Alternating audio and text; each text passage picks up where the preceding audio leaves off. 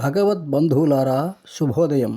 గోపకాంతలు కన్నయ్యపై ఇంకా ఈ విధంగా తీవ్రమైన ఫిర్యాదులు చేస్తున్నారు. ఈ చెలువజూచి మృచ్చిలి అచ్చుగా నురికించుకొనుచు నరిగెద నాతో వచ్చెదవాని అన్నాడిచ్చిరుతడు.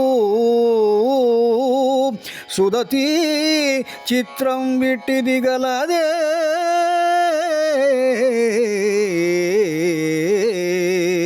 ఓ యశోదమ్మ, నీ బిడ్డ ఇదిగో ఈ స్త్రీని చూచి నిన్ను దొంగిలించి తీసుకుపోతాను, నాతో వస్తావా అని అడిగాడట. ఇటువంటి వింత ఎక్కడైనా ఉందా? కొడుకులు లేరని ఒక సతి కడువగవగా తన్ను మగనిగా గైకొని కొడుకులు గలిగెదరని పైబడినాడిది వినుము శిశువు పనులే తల్లి. చూడమ్మా యశోద, ఈ వింత విను. ఒక ఇల్లాలు తనకు పిల్లలు లేరని బాధపడుతూ ఉంటే నీ కొడుకు ఆమెతో తనను మగనుగా చేసుకుంటే నీకు పిల్లలు పుడతారంటూ ఆమె మీద పడ్డాడు.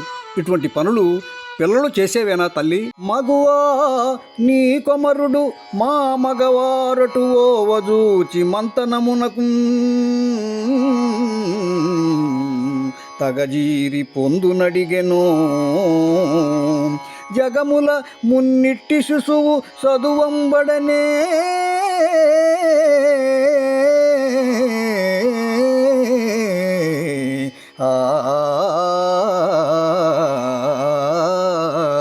అమ్మా యశోద, మా భర్తలు ఇళ్ల నుండి బయటకు పోవడం చూచి నీ కొడుకు మాతో రహస్యంగా మాట్లాడబిలిచి మా పొందు కోరాడు.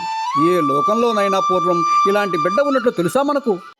నా పట్టి పొట్ట నిండుగా పైబడి నీ పట్టి వెన్న బానెండినాడు ఊపిరి వెడలదు వానించూపెద నేమైన నీవే చుమ్ముల తాంగి.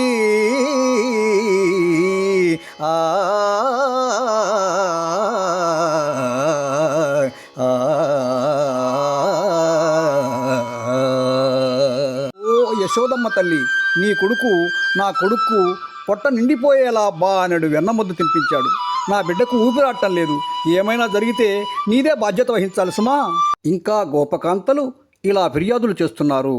ఒక వనిత తన గుడ్డలు లాగి నాపై తేలు వేశాడు అన్నది. నా కొడుకు కోడలు నిద్రిస్తూ ఉంటే వారిపై పామును తెచ్చి వేశాడు అన్నది మరొక వనిత.